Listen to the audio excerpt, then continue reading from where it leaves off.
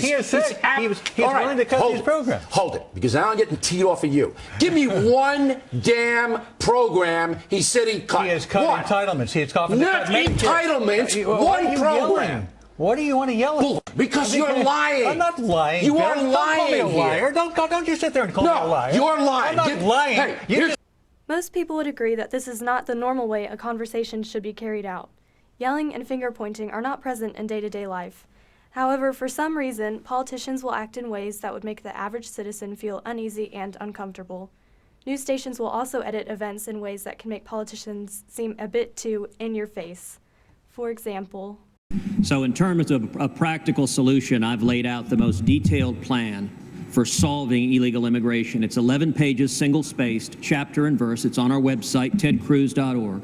Here, the camera is at such a zoom that we can no longer see all of Cruz's hand movement. The people at home to think about this. That's what Washington, D.C. does. The drive-by shot at the beginning with incorrect and incomplete information, and then the memorized 25-second speech that is exactly what his advisors gave him. Using a split screen, the news network has made it seem like these two candidates are pointing in each other's faces to make it seem like they're going head-to-head with each other. In actuality, there is a considerable amount of distance between the two.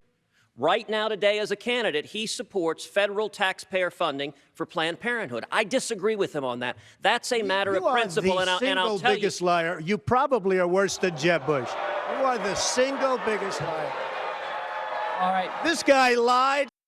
While Cruz is explaining where his opinion differs from Trump's, the camera focuses on Trump the entire time, so the attention isn't only on what Cruz is saying, but is also showing the fury bubbling up inside of Trump right before he fires back. When Trump chimes in with a quick insult, the camera zooms out to show Cruz's reaction. You can also hear the audience reacting in the background, encouraging Trump to continue, while the rest of us just watch Cruz force a sad, sad smile. I support universal health care. I think America is great, and it's up to us to make sure we make it greater. I believe we're going to make history one more time. This video clip posted by NBC begins with some intense music, increasing the arousal of the viewer. A slideshow follows, blasting through several photos of both candidates, zooming in and out on their faces as we hear them screaming passionately. This tactic is used to grab the attention of the viewer and excite them. So Donald, is great at the one-liners, but he's a chaos candidate, and he'd be a chaos president. Trump mocks Governor Bush's with another facial expression with his mouth open, bobbling his head and not caring about what Governor Bush is saying. Also, the camera goes back to a split screen right when that happened so people could see Trump's reaction. Senator Cruz. And by the way, Marco is exactly right that a federal court found Donald guilty of being part of a conspiracy to hire people illegally and entered a $1 million judgment. The camera zooms out showing the three candidates, Rubio, Trump, and Cruz. The camera is making it look like Trump is getting double-teamed, and it shows that Trump is right in the middle between those two while they are going at it to Trump.